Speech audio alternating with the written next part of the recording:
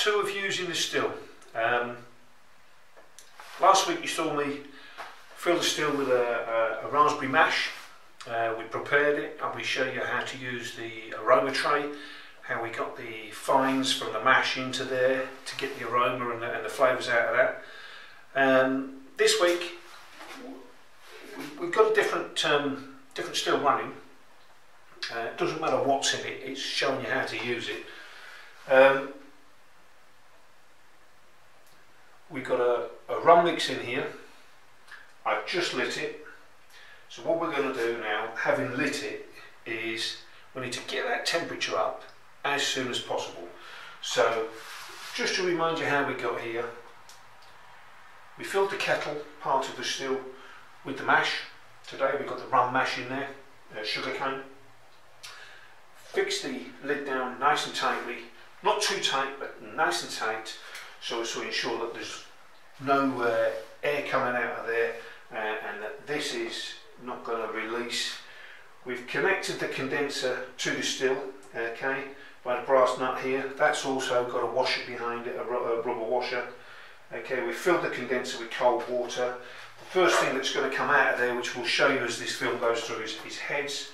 That goes into a glass container. Well, we use a small jam jar glass container. That's going to be disposed of because it cannot be used, and I'll explain that why a little later. I've got some plain water there just to keep topping that up as we go through.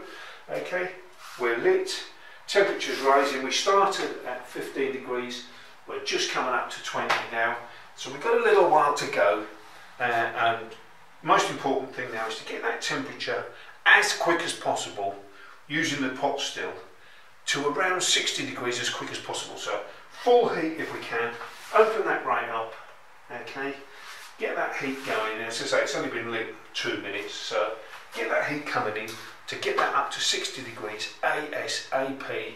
And then what we'll do is, as we get between 60 and 70, the heads will start to come out of here.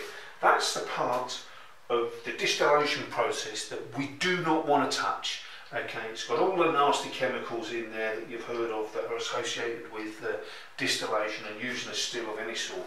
Okay, so get the heat up to 60 to 70 degrees, and once we get into the 60s we start to wind the heat down a little bit so that we're more in control while them heads are falling out into this here. So let's get it up to that level, show you what happens at that stage. Still moving, 25 degrees, long way to go just yet. It's going to take another 10 or 15 minutes before we get up to that magic 60 to 70 degrees, so let's keep going. Just while we're waiting here, guys, because we're coming up to 45 degrees, we've got a little way to go.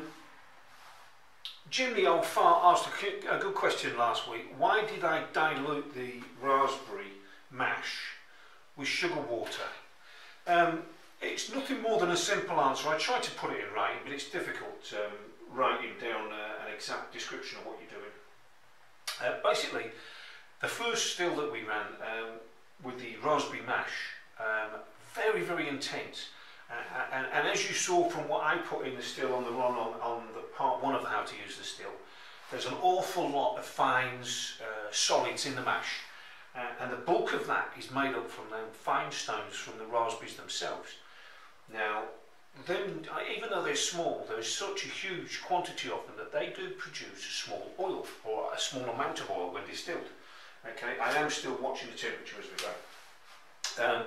And we found that this year's mix with the raspberries, it was so intense that when we tried to dilute it, when it came out at 50, mid-50s or whatever it was from the still here, to dilute it to a drinking strength, that it had a small cloudiness, which meant too much stone inside the mash itself, or too much of the seeds, pips, etc.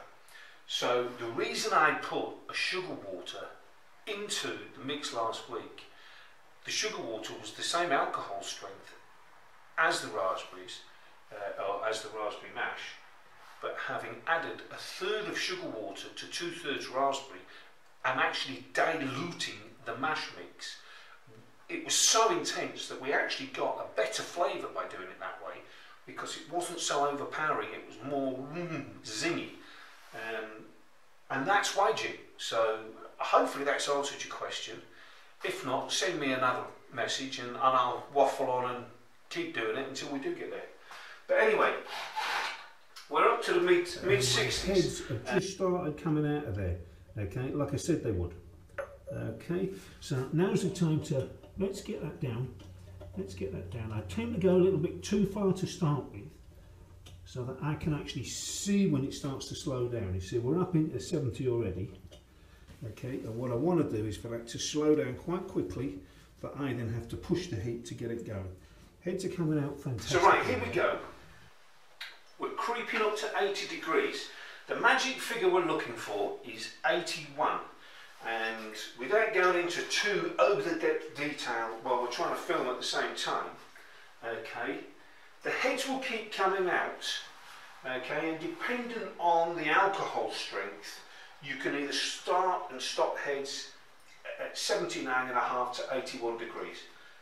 But we're a hobby brewer. I don't want to tell you to do anything that might get you in trouble, because I don't know what it is that you're putting in that still. So what I'm going to say to you is, the magic number is 81. Get it up to 65, 70, start to control the heat. We're slowing down a little bit there now. I'm just going to put just a touch more heat. Okay. And you keep collecting heads until you hit 81 degrees. At 81 degrees, as a hobby brewer using a small pot still, you will have no more heads coming out. Okay. It's as simple as that. That way, you're blanketed to the fact that you're at the right temperature, that no more heads can be produced out of this mix. I'm getting ready to change because we're just about to start. You might just be able to see that there is a steam coming off my water here, where the temperature inside is steaming up, and that's just starting to hit my condensed water. I've just hit 81 degrees. We're into heads, and the first thing I do is, as soon as I change from heads to start collecting schnapps, and it's only because I'm using this still and I know how it works very properly, it's the first time I change my water. Okay, so all I just do is pull the plug, let it go all the way down. Now this water is still very, very cold, but all I'm going to do here is replace what's warm with what's cool. Everything that's come out of that pot there is cold water still, believe it or not, because it starts getting hot from the top downwards. First time I just pour it straight back. So the schnapps is coming out, and we're going to keep collecting schnapps until we get to 91 degrees. Okay, we're at 81.5 now. I want to get that into the mid 80s, not as soon as possible, but at a nice gentle rate. So first of all, we ramp that heat up, bang, bang, bang, bang, get it up to as quick as possible. We've been on the go for 16 minutes. And as soon as we hit that 81, we've changed containers. We're now collecting schnapps. I'm going to discard the heads shortly, and I will do that before I get myself in a muddle. As soon as I'm into 82, what I tend to do is 84, 85, okay, I'll leave it at this temperature, then I'll ramp it up just a little bit till I can get 86, 87, and I do mean just a little bit, because when from 87 to 91 we get the majority of the schnapps. This is the highest quality or density of schnapps that's going to come out. Most of what's coming out of there is between 60 and 70, 75 ABV. And that will dilute itself with the last end of what comes out of this schnapps. That's going to be somewhere between 40 and 30. So the balance will be somewhere between 50 and 60, we hope. We hope. We'll have a look. We're at 86 degrees. Okay. We've got just shy of 200 millilitres of rum coming out of there at the moment. I must say, it does smell quite nice.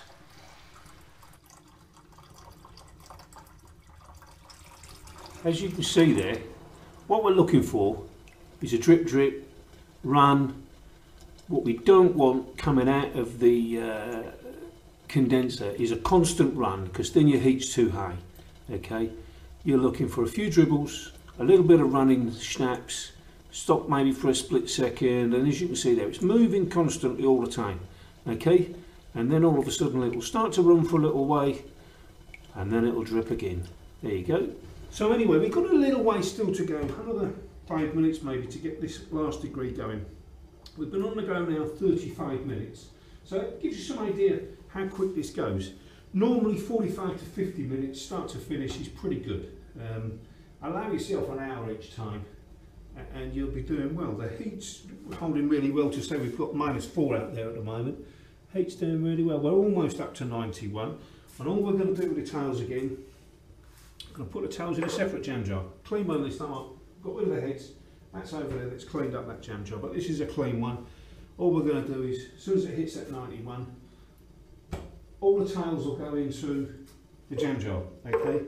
And all the tails are, is as soon as we hit 81 and start collecting schnapps, we'll collect schnapps then, as long as that's rising slowly. You don't want a quick rise through the schnapps because otherwise you'll miss most of it.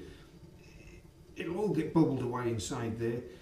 You'll get half the schnapps you should have done because you haven't regulated the heat, and then you go into tails. And once you go into tails, you can't lower the heat and come back out again. It doesn't work that way. So get the most of the schnapps. We're almost there, almost touching. And the tails,